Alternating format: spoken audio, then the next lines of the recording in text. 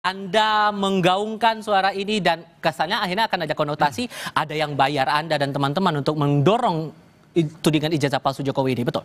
Ngaco dan kalau dalam bahasa sahabat saya ini terwelu itu adalah terlalu, ya gitu. Sebenarnya ini offset ya, saudara Ade ini offset dan dia harusnya malah justru bisa disanksi atau justru bisa dimarahin ya oleh Jokowi karena itu justru menarik lawan yang lebih banyak untuk Jokowi. Sampai dibilang yang berbaju biru. Makanya kan ngaco. Saya omong apa adanya. Kalau A saya bilang A, kalau B saya bilang. Jokowi itu hanya mengatakan, kan saya sudah sampaikan. Feeling saya mengatakan ada agenda besar politik dalam tuduhan ijazah palsu maupun pemakzulan. Artinya memang ada orang besar yang membackup. Nggak ada dari Jokowi bilang biru. Gitu loh. Kok tiba-tiba ada termulnya yang kemudian mengatakan bahwa itu biru. Itu kan ngaco sekali. Anda menangkap arahnya ini buat apa kalau gitu? Ya ini mau membenturkan, ya ini yang rugi Jokowi sendiri loh nanti.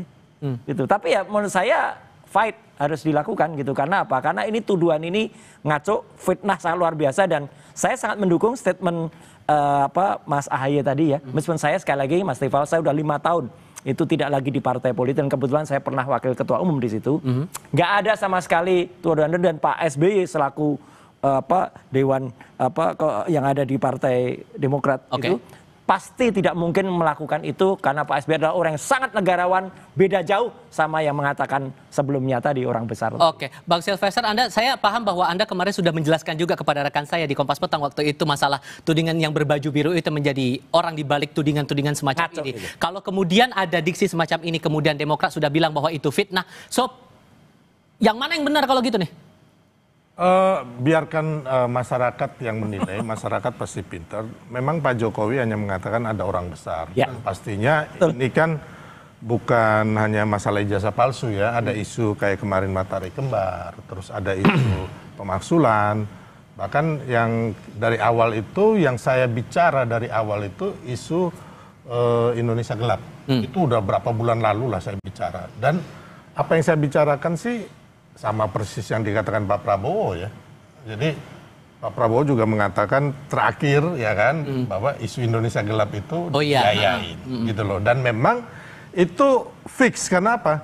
Sudah ada aliran dana dan sudah ada tersangka yang udah ditahan di Kejaksaan Agung ya kan. Nah, kalau yang isu-isu ini ya kalau kita melihat memang pastinya ini kembali lagi ada yang memanfaatkannya secara politik. Mungkin Mas Roy mengatakan bahwa saya nggak dibayar, terus saya demi kebenaran. Pasti, Mas. Ini kan makanya saya mau memuji Anda. Jadi Anda jangan dulu caut.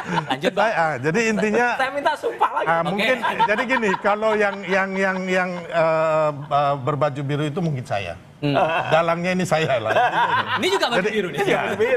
Ya, dia nggak. Jadi intinya bahwa kembali lagi sebenarnya kita ke fokus aja dengan proses hukum yang terjadi sekarang. Tapi kan muncul pertanyaan gini Bang, kalau kemudian mencoba mengadu-adukan Pak Jokowi sementara Pak Jokowi sekarang sudah tidak lagi menjabat sebagai kepala negara dan kepala pemerintahan, Anda menangkapnya sebagai relawan yang nyudut-nyudutinnya buat apa lagi? Gini, saya bilang tadi, Pak Jokowi sudah tidak ada kepentingan untuk menjadi apapun di Republik ini. Beliau udah selesai ya, udah purna tugas, sudah menjadi politisi di Indonesia ini menurut saya yang tertinggi yang dicapai ini Pak Jokowi nih, ya kan?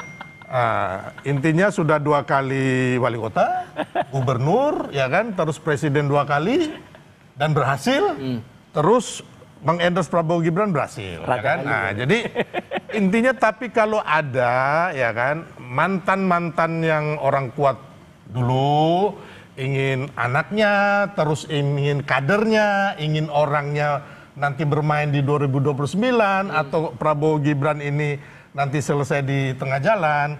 Dari beberapa orasi orang-orang mereka ini, itu kan udah jelas.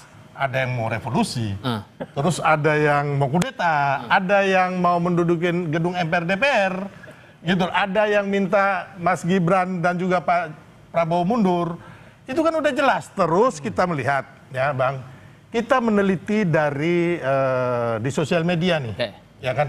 banyak akun-akun itu setelah kita teliti, oh akun ini ternyata ada yang biru, merah, orange dan sebagainya. Sehingga singkatnya kalau pernyataan dari Mas Ade itu Anda juga sepakat bahwa ada orang yang berbaju biru itu? Atau justru Anda punya pandangan lain? Koreksi dikit, kalau yang mau menurunkan Pak Prabowo nggak ada. Oke, gimana Bang?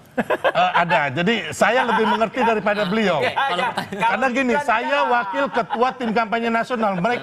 Beliau ini orang luar, nggak ngerti apa-apa gitu loh. Nggak ngerti apa-apa beliau ini. Kalau ke pertanyaan saya, Iya kan? ada nggak yang orang Saya Mas Ade itu? wakil ketua tim kampanye nasional dan sampai saat ini saya masih berhubungan dengan semua, dengan baik Pak Prabowo, ya kan, bertemu langsung dengan Pak Jokowi, dengan ring-ringnya semua, gitu loh. Jadi ya kita dukung penuh kan, Pak Prabowo.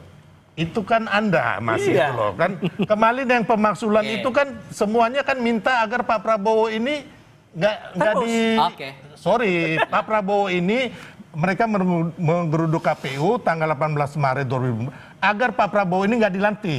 Ya, jadi itu udah itu enggak dong, harus Mas. Latar belakang ini udah lah itu. Enggak, nggak bisa. Itu kan motif.